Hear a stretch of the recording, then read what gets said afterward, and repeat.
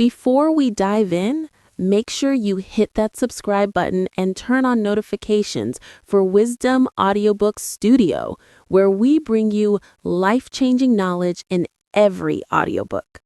Okay, here's a question. Can a single thought, really just one focused thought, transform a life? Take someone struggling, maybe in a cold studio, facing eviction notices. Can that thought build an empire? It definitely sounds a bit dramatic, right? Like Yeah. something out of a motivational seminar. Exactly. Not just optimism, not just luck. We're asking if success itself has a formula. Well, that's precisely what we're digging into today. And it's actually rooted in a pretty structured philosophy. Our sources are taking us deep into Napoleon Hill's Think and Grow Rich. A legendary book. Legendary and based on serious work. This wasn't, just an idea Hill had. Andrew Carnegie challenged him. Right, the steel magnate himself. Yes. He basically said, figure out if there's a common formula for success. So Hill spent 2 decades studying over 500 incredibly successful people. 2 decades. Wow. And the goal was to find a practical, step-by-step method, something anyone could use. Exactly. A universal formula for achieving, pretty much anything you truly desire. And that's our mission today. Unpack those 13 principles. Oh, formula. The formula. And to make it really concrete, we're going to follow the story of a struggling artist. Loads of talent, but Zero business sense. pretty much empty bank account, eviction looming. She decided to stop just wishing and actually apply this formula. Okay, I'm intrigued. So where does this whole process start? Hill insists it begins internally, right? Yeah, In the mind. absolutely. Before any action really counts, you need the foundation. 3 mental prerequisites. Let's start with the engine. Principle number 1, desire. Desire. Okay, sounds simple enough. But this is where people often stumble. Hill is adamant. Desire isn't just a wish. It's not a vague hope. It has to be a burning, all-consuming obsession. White hot, you mean? Exactly. A mere wish that achieves nothing. Desire needs definition. It needs structure. And that structure is specific, isn't it? The artist couldn't just say, I want to sell more art. No way. She had to follow Hill's 6 specific steps. Define exactly what she wanted, set a deadline, figure out what she'd give in return. The price she was willing to pay. Right. Her statement became incredibly concrete. Something like, by this time next year, I will have $100,000 in my possession, Wow, specific amount. which will come from selling my art online. And the trade-off was just as clear. I'll create the most beautiful art I can and build an inspiring online platform. That clarity, it's like placing an order with your subconscious, isn't it?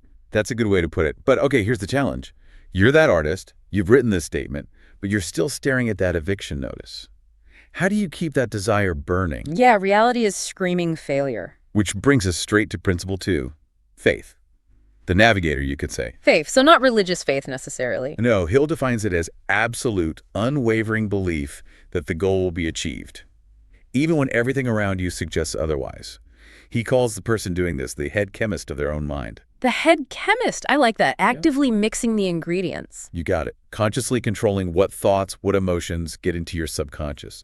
The artist had to essentially manufacture belief despite the circumstances. So how do you do that? How do you install that level of faith when you're, frankly, scared? It comes down to constant reinforcement, visualization, and affirmation. She didn't just hope. She actively saw those sales notifications popping up, Out the relief. felt the joy, the relief, imagined her art hanging in homes across the globe. It's this repeated mental picture, this feeling that builds faith. It turns maybe into inevitable inside her head. Okay, so desire is the engine, faith is the belief it'll get there. How do you program the mind to accept that faith? That's principle 3, autosuggestion. Think of it as the programmer feeding instructions to the subconscious. The mechanism. Exactly. It's how you deliver those positive affirmations, those visualizations, directly to the subconscious with the command to act on them. And there's a specific method for this too, right? Oh yeah, Hill's very precise. Read your written statement, that definite aim out loud, twice a day. When? Crucially, right after waking up, when the mind is receptive, and right before falling asleep. And it's not just reading words on a page. Absolutely not. You have to feel it. Feel the pride, the confidence, the gratitude you'll feel when it's real. Feel the connection with those future customers. So the artist is taking control, reprogramming her inner world away from lack towards achievement. Precisely. It's about stopping the reflection of current reality and starting to dictate future reality. Okay, so that mental foundation is set. Burning desire, unwavering faith, programmed through autosuggestion. Now what? Now we need a plan, right? Exactly. Now we move to section 2, the blueprint. How to turn those thoughts into actual, tangible results. And the first part of that blueprint, principle 4, specialized knowledge. Our sources emphasize this isn't about just being generally smart or talented. That's so critical. The artist knew how to paint, sure, beautifully even. But in the art world, that's kind of general knowledge. Not enough to build a business. Not at all. What she lacked was the specific applied knowledge that creates market value. She had to shift focus from just the canvas to the business of art. Which meant learning new skills. Definitely. Taking courses on digital marketing specifically for artists, figuring out social media, pricing strategies, building a functional website. That specialized knowledge changed the game. It turns talent into a valuable offering. Exactly. From talented amateur to professional value creator. Okay. Knowledge acquired. Where does the actual plan, the unique approach, come from? That's principle 5, imagination. Hill called it the workshop of the mind. Whatever the mind can conceive and believe, it can achieve. That famous quote. That's the one. And it's about using imagination to differentiate. Our artist didn't just think, I'll post photos online. She needed something more. Right. She used what Hill calls synthetic imagination, combining existing ideas in new ways. She envisioned a whole online gallery experience. What did that involve? Things like videos of her creating the art, personal stories behind the pieces, maybe even handwritten notes with purchases. Something unique that drew people in. Building a brand, essentially. Using imagination to stand out. Precisely. But even the best vision needs a roadmap. That's principle 6, organized planning. This is where the dream gets deadlines. You nailed it. Crystallizing that desire into concrete, actionable steps. Breaking down the big goal. So for the artist and her $100,000 goal, how did she organize that? She broke it down month by month. Month 1, get the website built, create an inventory of, say, 20 paintings. Month 2, launch the social media campaign, start a blog. Month 3, reach out to collaborate with an influencer. Making the huge goal feel doable, actionable day by day. Yes. But here's a crucial insight Hill stresses. Your first plan, it's probably going to fail. Ouch. Okay, so expect setbacks. Absolutely. Be mentally prepared. A temporary defeat is not permanent failure. This is so important. So the blueprint isn't rigid. If plan A fails. You don't ditch the desire or the faith. You just create plan B and plan C if needed. Refine, adapt until a plan succeeds. It's about resilience and planning. Okay, that makes sense. Be ready to pivot. So we have the mental foundation, we have the blueprint. Now we need to actually do it. Section 3, execution. Right. And the first part of execution is principle 7, decision. This is the direct counterattack against procrastination. Indecision. The thief of opportunity, as they say. Hill definitely saw it that way. He observed that successful people tend to make decisions quickly. And once made, they change them slowly, if ever. So our artist couldn't afford to get stuck deliberating forever on the perfect logo or website theme. Exactly. Analysis paralysis kills momentum. She had to choose, trust her research, and execute rapidly. Get the website launched, get the art out there, rather than waiting for some mythical perfect moment. Move fast. But what happens when you move fast, you launch, and nothing happens? Ah, yes. The sound of crickets. That leads us to the absolute guarantee, principle 8, persistence. Let's really focus here, because this feels like the make or break point for so many people. It often is. So, our artist launches her beautiful website, her online gallery experience. Yeah. And for a whole week, silence. 0 sales. Oh man, after all that visualization, planning, the faith, that silence must have been terrifying. Absolutely deafening. The doubt, the fear, it would be overwhelming for most. But this is where persistence becomes the ultimate insurance policy. How did she frame it? How did she keep going? Hill says persistence is willpower fused with that burning desire. She had to see the silence, not as proof of failure, but as a test. Like that story Hill tells. The man who stopped digging just 3 feet from gold. Yeah. Exactly. She remembered that. So instead of quitting, she doubled down. More content, more outreach, refining her approach, showing up every single day, relentlessly. Incredible willpower. But you can't always just grind harder in isolation, right? Sometimes you need help. You absolutely do. And that brings us to principle 9, the power of the mastermind. The mastermind. This isn't just teamwork, is it? It's something more specific. It's very specific. Hill defines it as the coordination of knowledge and effort between 2 or more people, all working in perfect harmony towards a single definite purpose. It's about synergy. Creating something greater than the sum of its parts. How did the artist use this? She couldn't afford a big team. Right? Finances were tight. But she was smart. She formed an alliance, found a talented photographer, maybe a social media savvy friend or contact, And offered them a piece of the action, a commission on sales generated through their efforts. This turned them from hired help into invested partners. aligning incentives. Smart. Very. Suddenly she wasn't alone. She had this small, focused team bringing specialized knowledge photography, marketing, creating a force much greater than her individual effort, strategic leverage. It amplifies everything. Okay, so desire, faith, autosuggestion, then knowledge, imagination, planning, then decision, persistence, mastermind. We're covering a lot of ground. We are. And now we shift into the final set of principles, section 4.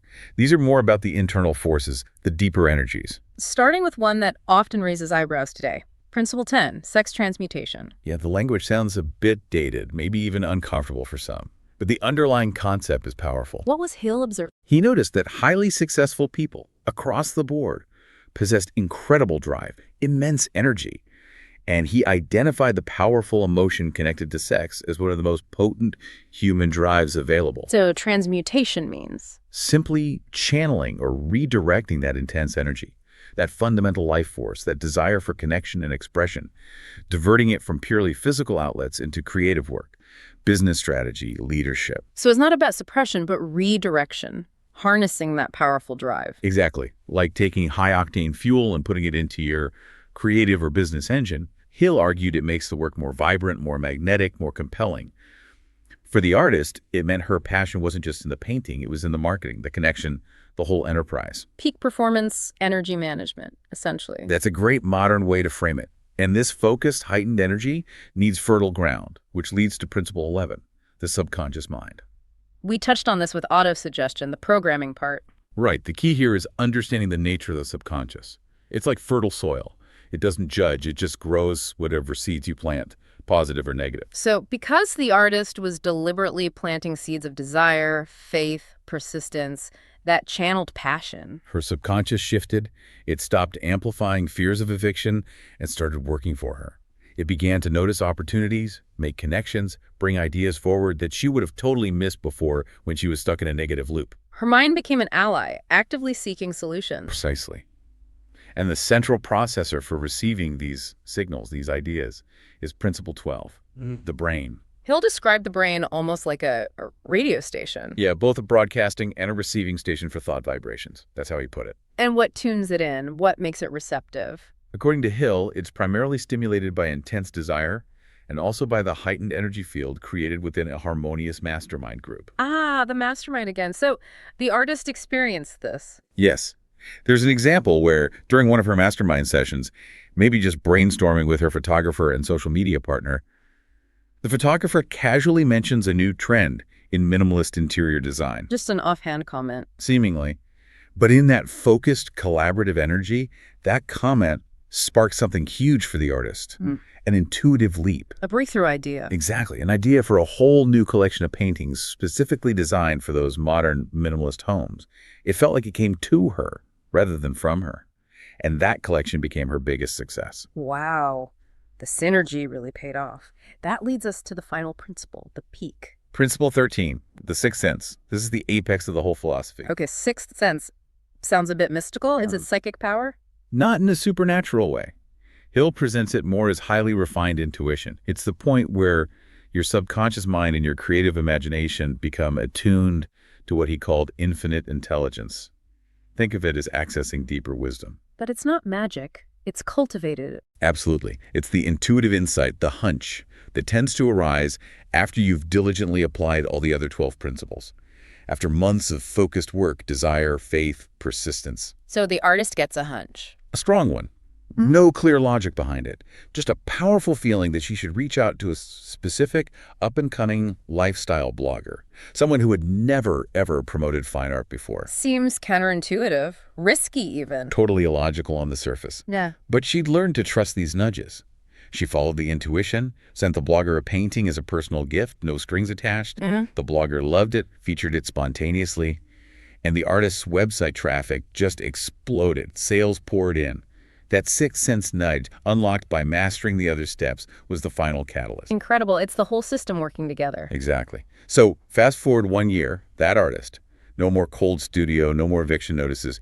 She hit her $100,000 goal. Built her empire. Built her thriving creative empire, had a major gallery exhibition. But it wasn't luck. It wasn't It coincidence. was a formula applied consistently. It was the predictable outcome of applying this timeless, tested formula. It all started in her mind. Definite aim, unwavering faith, then built out with plans, action, persistence. These 13 principles, they're a psychological roadmap. Not magic, but a methodology for the mind. That's it. So the takeaway for you listening isn't just understanding these principles. The sources really push back on us. They pose a final challenge. Right. The question isn't, does this stuff work? Hill and countless others proved it does over a century. The real question is the one aimed directly at you. Will you use them? It all comes down to taking that first step. Defining your own burning desire. What is it you truly want to achieve? That specific goal, that contribution, that amount. Get clear on it. Define it. Write it down. Today. That's where the entire journey begins. If you found this audiobook valuable, don't forget to like, comment, and subscribe to Wisdom Audiobooks Studio. Join our community of learners and never miss another lesson that can transform your life.